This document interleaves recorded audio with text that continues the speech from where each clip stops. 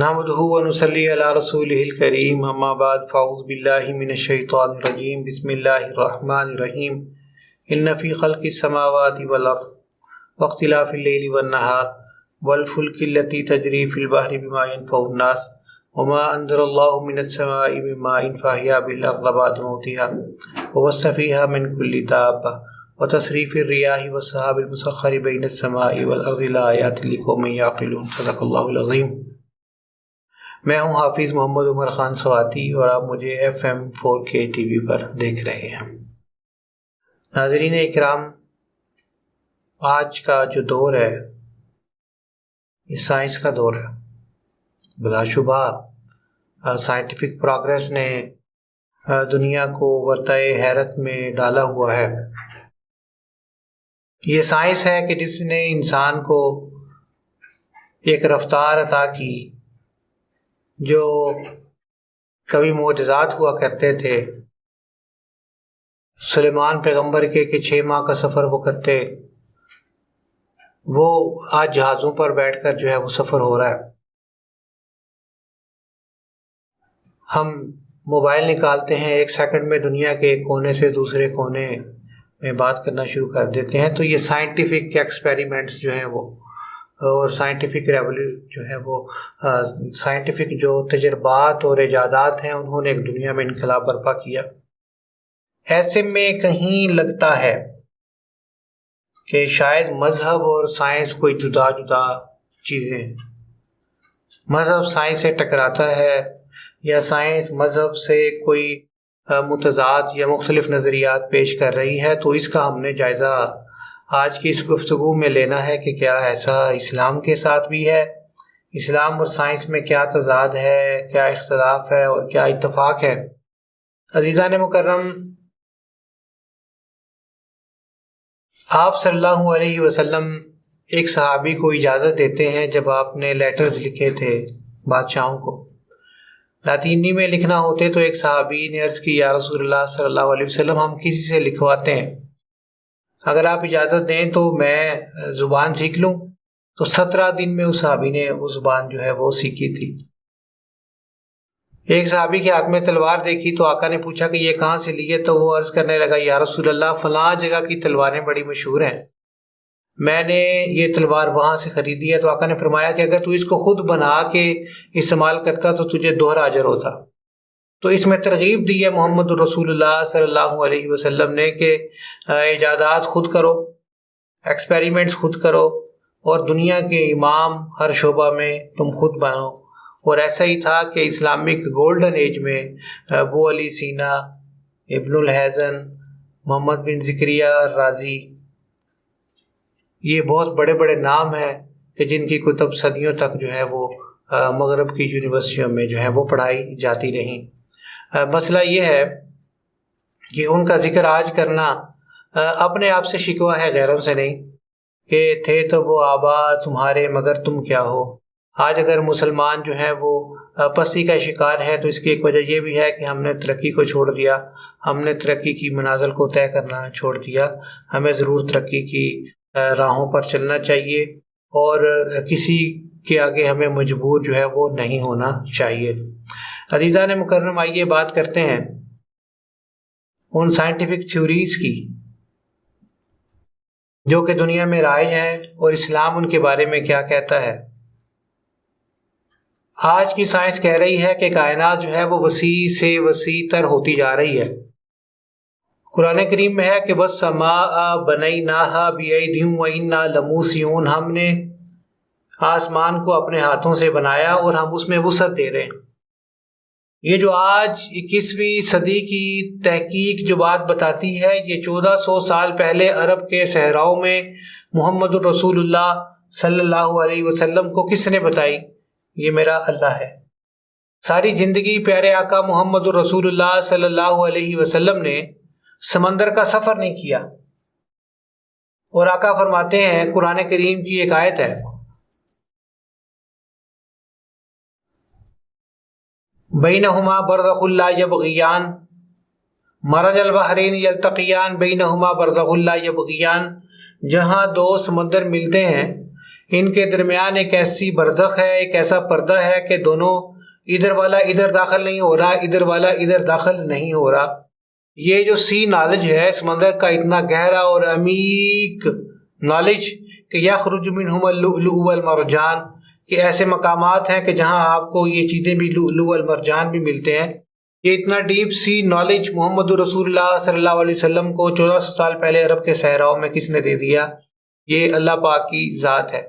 قرآن کریم میں لکھا ہوا ہے فَالْيَوْمَ نُنَجِّيكَ بِبَدَنِكَ لِتَكُونَ لِمَنْ خَلْفَكَ آیَةً، فرعون کی لاش کے بارے میں، فرعون کی لاش کے بارے میں اللہ فرماتے ہیں کہ فَالْيَوْمَ نُنَجِّيكَ بِبَدَنِكَ، ہم تمہارے جسم کو نکالیں گے اس سمندر سے، نجات دیں گے جس میں تمہیں غرق کرنے لگے ہیں، لِتَكُونَ لِمَنْ خَلْفَكَ آیَةً، تاکہ تمہارے بعد جو لوگ آئیں ان کے لیے تم نشان عبرت بنو۔ آج سائنس تحقیق کر کے بتاتی ہے کہ یہ جو ممی ہے جو دریافت ہوئی ہے، یہ ڈیفرنٹ ہے as compared to other mummies discovered. اس کے پیٹ میں وہ سالٹی پانی بھی ہے، اور وہ ساری تحقیقیں بتا رہی ہیں کہ اس کا گوشت بھی خود بخود آہستہ آہستہ جو ہے وہ بن جاتا ہے۔ یہ وہی ہے جو کہ موسیٰ پیغمبر علیہ الصلوۃ والسلام کے دور کی تھی۔ تو یہ قرآن میں لکھی ہوئی بات آج اگر ثابت ہو رہی ہے تو یہ 1400 سال پہلے بتانے والی کون سی ذات ہے؟ یہ میرے اللہ پاک کی ذات ہے۔ یہ سائنس تو بتاتی رہی کہ پہلے یہ بتاتے رہے کہ زمین ہے کہ سینٹر آف یونیورس، پھر اس کے ارد گرد جو ہے وہ زمین ساکن ہے، سورج اس کے ارد گرد حرکت کرتا ہے۔ پھر گلیلیو نے آ کے بتایا کہ نہیں جی یہ تو سورج ہے، زمین اس کے ارد گرد جو ہے وہ حرکت کر رہی ہے اور سیارے حرکت کر رہے ہیں۔ اور قرآن کریم تو ایک الگ نظریہ پیش کر رہا ہے۔ قرآن کریم تو یہ ارشاد فرماتا ہے لَلشَّمْسُ يَنبَغِي لَهَا ان تدرک القمر ولا اللیل سابق النہار وکل فی فلک یسبحون۔ آج کی سائنس یہ بتاتی ہے کہ ہر چیز موو کر رہی ہے، کائنات کی each and every thing is in the universe is moving. اب یہ جو موو کر رہی ہے ہر چیز، چاہے اپنے محور پہ جو ہے وہ گردش کر رہی ہے، یا وہ دائروی جو ہے وہ اپنے مدار میں حرکت کر رہی ہے، یا کسی ایک بہت بڑے مدار میں گردش کر رہی ہے، یہ بہت سے نظریات ہیں جس پر ابھی تحقیق ہونا باقی ہے۔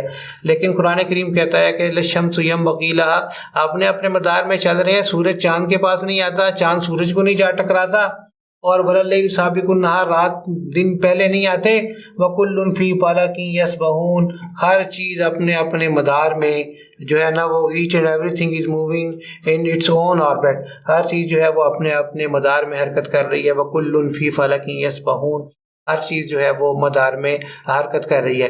اسی طرح بہت سا scientific knowledge, branches of science, اسلام اور قرآن ہمیں اس کے بارے میں بتاتا ہے۔ جیسے دیکھیں انجینئرنگ کے بارے میں ہے کہ وَأَلَنَّا لَهُ الْحَدِيدَ، اسی طرح ہے کہ وَأَنزَلْنَا الْحَدِيدَ فِيهِ بَأْسٌ شَدِيدٌ، ہم نے لوہے کو اتارا۔ پھر بتایا کہ ہم نے جو ہے وہ داؤد پیغمبر کے لیے وَأَلَنَّا لَهُ الْحَدِيدَ، ہم نے اس کے لیے لوہا نرم کر دیا، نِعْمَ السَّابِغَاتِ وَقَدِّرْ فِي السَّرْدِ وَاعْمَلُوا صَالِحًا۔ اسی طرح جو ہے وہ جب ذوالقرنین جو ہے وہ پہنچے تو پھر انہوں نے کہا تھا کہ میرے لیے تانبا لاؤ، تو وہ دیواریں جو ہیں وہ بنائی گئیں۔ یہ ساری جو ہے وہ یہ لوہے کے بارے میں، ایک طرح کی انجینئرنگ کے بارے میں جو ہے وہ ہمیں معلومات ملتی ہیں۔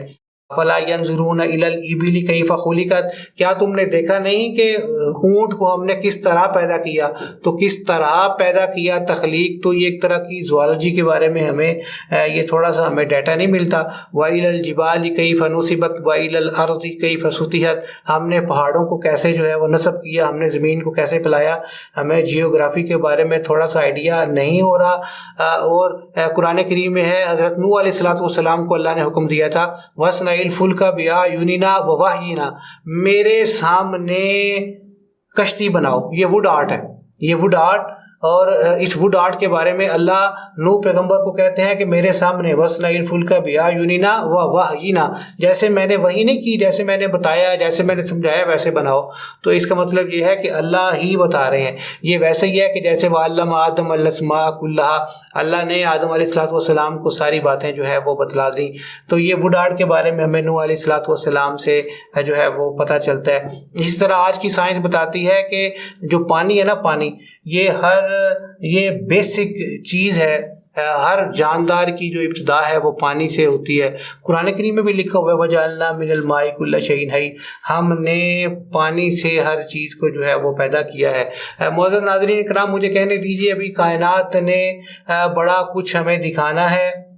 سنریہم آیاتنا فی الآفاق وفی انفسہم، قرآن کریم میں ہم تمہیں نشانیاں دکھائیں گے تمہارے اپنے اندر. تمہارے اندر بڑا تمہارا سسٹم ایسے خود بخود بنا ہوا، کس نے تمہارے سسٹم کو بنا لیا؟ اور دیکھیں کتنا سسٹمیٹک اور آرگنائز، اور ملینز آف جو ہے نا وہ ایٹمز ہیں تمہارے اندر، اور تم ان سے مل کے جو ہے وہ بنے ہوئے ہو. تمہارا ڈی این اے، اور ہر ایک ڈی این اے کمپیوٹرائزڈ سیٹ رکھتا ہے جو تمہارا ڈیٹا جو ہے وہ سیو رکھتا ہے. یہ کیسے تمہارے اندر آ گیا؟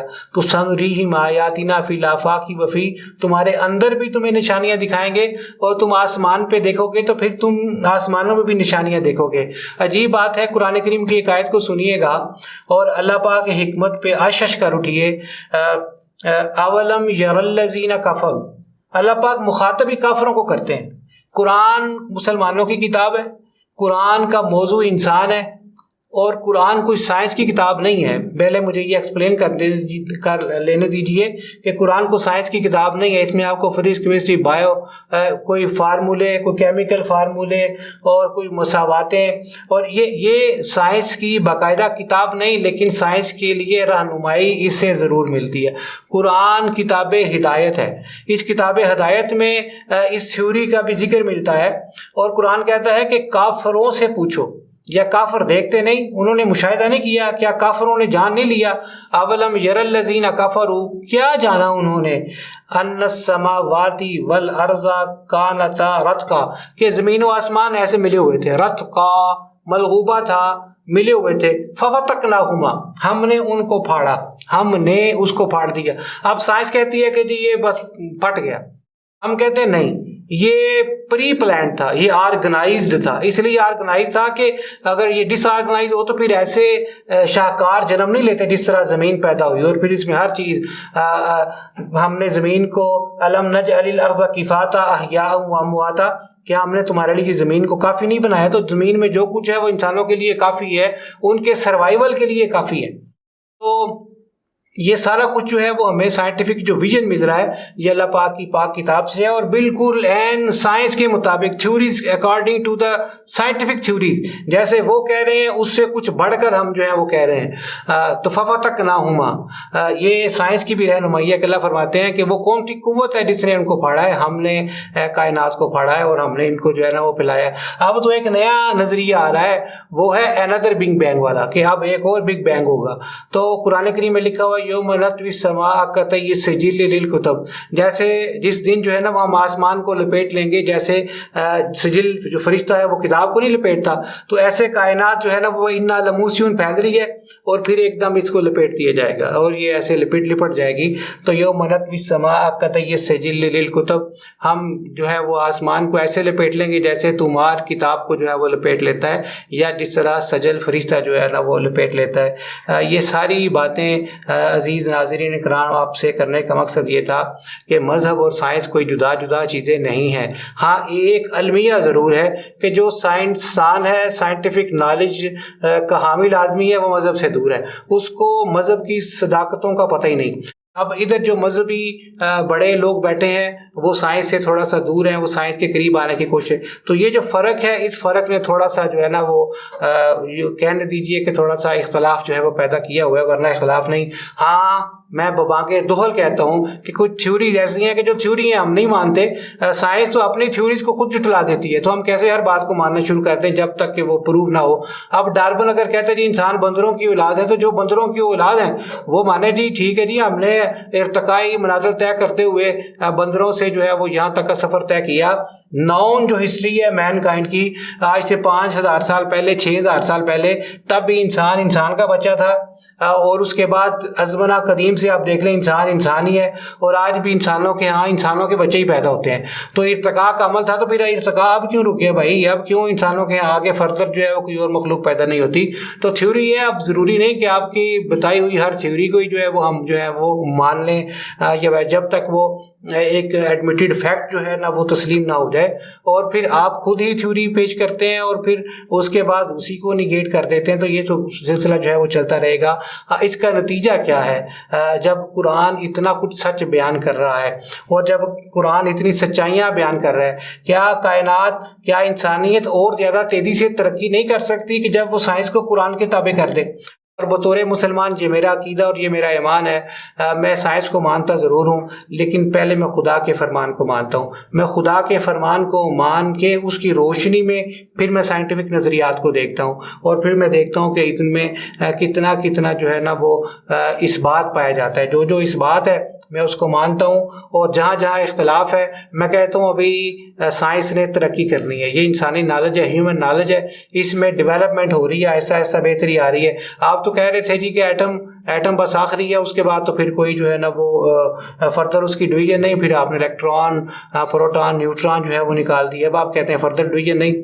پتہ نہیں آنے والے دور نے جو ہے نا وہ دور نے کیا دیکھنا ہے۔ قرآن کریم کی آیت کو سنیے کہ لا یعزب عنہ ربک مثقال ذرۃ فی الارض ولا فی السماء ولا اصغر من ذلک ولا اکبر۔ ایٹم کو اور پھر فردر کہا کہ اس سے بھی چھوٹی تقسیم۔ تو قرآن کو بس اس طرح سمجھیے، قرآن میں بڑے مفہوم ہیں، بڑے معنی ہیں، اور یہ کتاب ہدایت ہے، اس میں عقل و دانش کی ایسی باتیں ہیں کہ پڑھنے والے دنگ رہ جاتے ہیں۔ اللہ مجھے بھی آپ کو بھی عمل کی توفیق عطا فرمائے۔ السلام علیکم ورحمۃ اللہ وبرکاتہ۔